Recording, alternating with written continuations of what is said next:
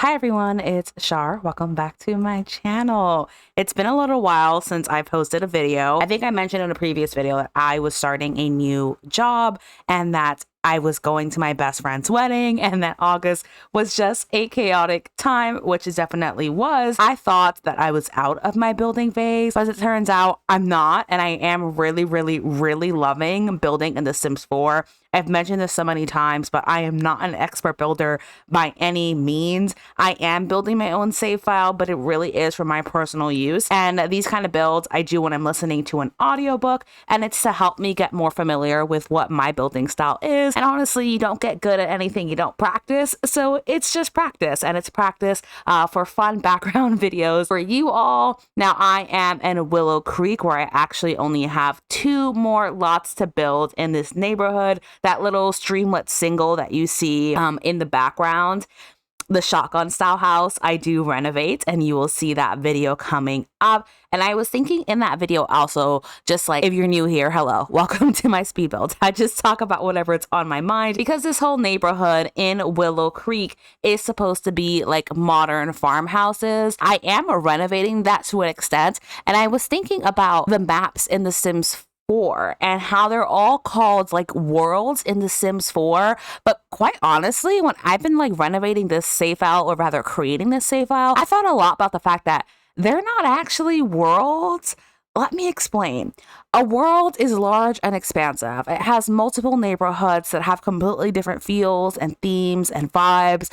It's just big. But the reality is, each Sims 4 world is really just a town or a city with little neighborhoods within it. Like, it's not large enough for it to encompass a world. So for example, this neighborhood that I'm rebuilding in Willow Creek, the little like U-shaped one, it's not big enough for it to be its own like neighborhood. Like, there isn't a grocery store here, there isn't like a movie theater or post office or things that I would try to fit into it. And honestly, I wanted to put a community lot in here, which I still will do, and you'll see what it looks like, but it feels a little bit odd because it's like having a community lot in a suburban neighborhood in a town. That's a total tangent, and let me know what your thoughts are. But it never occurred to me that the Sims 4 worlds are not actually worlds, they're literally just towns, in which case, why aren't they called Sims 4 towns? They're just not big enough to be worlds. But anyway, I wanted to build a modern farmhouse, and if it's the first video you are finding of mine, hello, welcome, thank you so much for watching. I have this idea that my save file, I really want to be super realistic, and something that I feel is lacking in a lot of just like the Sims 4 files you load into is the ability for there to be real estate that you can purchase that like isn't fully furnished. Now, this does require a level of imagination on your part, but whenever you have your sim move into a house, that house is fully furnished and fully functional, obviously, because that's the nature of the game. But for me, as someone who likes to play legacy style and with families, it takes away all of the fun of going house hunting, and makes it really difficult for me to imagine that, because when you bulldoze a house or just place a house off the gallery unfurnished, it deletes everything, including the bathrooms and the kitchens. And like, honestly, that's not how I would want to go real estate shopping. So this is one of the empty houses that you can purchase in Willow Creek. If you wanted your family to move into a modern farmhouse, this is the area to go to. All the houses are on Daisy Road, the street I've just decided to name Daisy Road. It is a 3-bedroom, 3-bathroom house. Now, the downstairs room I'm considering a bedroom, but truthfully, you can do whatever you want with that room. In my mind, a teenager lives in there. They're just like, I want my own space. Or maybe it's an office if you don't want to utilize it as a bedroom. That's the fun of the imaginary house hunting that we're doing in The Sims 4. Your sim can move into these homes, and if you as a player, you like Dream Home Decorator, I don't control which houses you get for Dream Home Decorator in terms of the career. No one does. But if you want it to play that style where you move into a house and your favorite part is decorating but not landscaping and architecture, well, you have these options for houses that your Sims can move into. That's how I intend to use it, and I love how I speak like public facing to you all when it comes to these save files, but I've said this so many times. Realistically, this save file is huge and it's not going to be done anytime soon. I honestly think that we'll get the Sims 5 before this save file is ever finished. And because I use a lot of custom content when it comes to my Sims, not necessarily when it comes to my build, this build is CC free, I would have to think about how to get the file out to you. And I honestly just don't think anyone really cares that much. So I'm building it for me and all of the legacy challenges that I want to play in the future, and just to have lots that I pull from. In the end, I am really happy with how this house turned out, and I like how cohesive the neighborhood looks.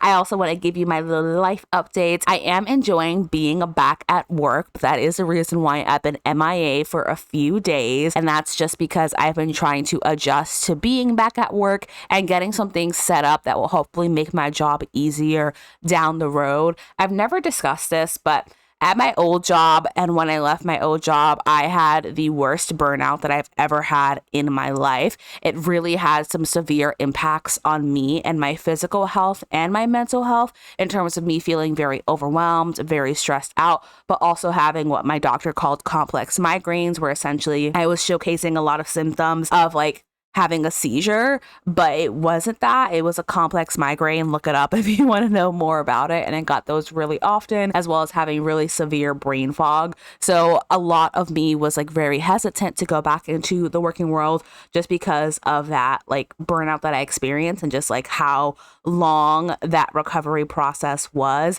Something that I'm prioritizing in this job and any work moving forward is balance. And it's not just balance with my work. It's like not allowing work to become my whole life, because when it comes to work, I can definitely be an overachiever. I have fairly high expectations of myself.